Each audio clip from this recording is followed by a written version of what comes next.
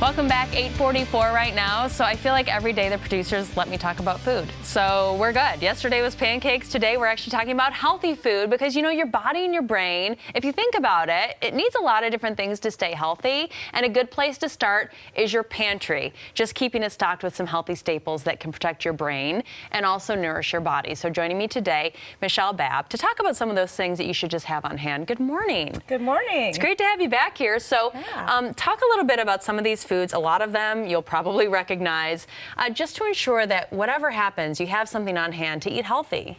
Yeah, well, I think that's the main thing that people struggle with is, you know, how do I create an environment in my home that's really going to support healthy eating?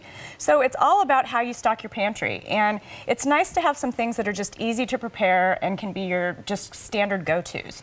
So on this end here, I've got some of the, what I call just the primary staples. Okay. So beans, which you could have in dried form if you have time to cook those, but if you don't feel bad about using canned beans. I love those. We buy a couple cans of black beans every week. Yeah, so easy. And then you could put that together with some whole grains like quinoa.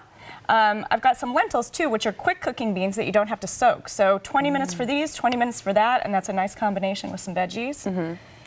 And then nuts, I like to have a variety of different nuts in the pantry. Do you have a favorite that's better for brain health than others? You know, walnuts kind of stand out in the crowd, but I really like pecans. I feel like they're really versatile and they kind of have a sweetness about them. So. I love them, like crushed up in a salad. Yes. So good. So good. And it kind of makes you feel like you're not exactly eating healthy. Exactly. You know, it's like something special, like a little treat or something. A little bit of a treat. And speaking of which, there's some really fun forms of nut butter.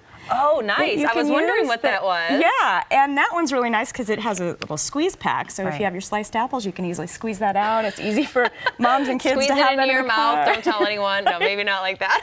Exactly. I've done that before, too. Right? Yeah, and then also important to have some things that are, if you want a sweet treat, for example. So we talked about dates before, and those are a favorite, too. And these are so versatile. You can, and I know some people may not immediately think of dates, but they really are good. Oh, yeah. Blended up with a little bit of nuts and rolled into coconut nut balls. Those are really great. Nice. So this was interesting, and our cameraman Josh says he has a lot of friends that use these for their dogs, for their pets, but these are also good for humans too. Oh my gosh, sardines are hands down the best anti-inflammatory fish. Really? It's just kind of a hard sell to get people to eat them sometimes. It is. But what I normally do, there's a smoked version here and then just regular wild caught and a little bit of lemon, and I just mash it up with some stone ground mustard and I treat it like I would a tuna salad. Oh. Yeah. That's interesting. Mix it into a salad. It's really good that way. So let's talk about seasonings as well, because I feel like instead of using some of the sugary or salty seasonings, we should focus on some of the other healthy, you know, to give our foods flavor. Yeah, absolutely. And that's a way to take some standard pantry staples and just really make them more exciting. So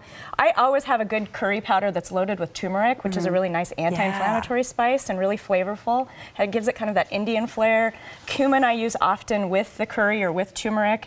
And then cinnamon is just a good all-around, can be sweet or savory. And then I always have Italian herbs, kind of classic, that you can use in a variety of different ways. And we are unfortunately running short on time, but I just wanted to sort of wrap up some of these ones as well because so versatile. Yeah, so these are vegetables that you can keep in your pantry and they'll stay good for a week or more. Squash, onions, avocado will stay good for a few days. And then having a stash of frozen vegetables on hand, so when you don't have time to do food prep with just fresh produce, you've got something that you can use that still gives you lots of color and variety and all of the good phytonutrients that we are looking for. This is great, and it's a great start too because immediately, you know, you want to rush to the store, but you want to make sure that you have stuff that's on hand that will stay good for a few weeks. Michelle, thank you so much. Thank you. Great to have you joining us here. Thank you.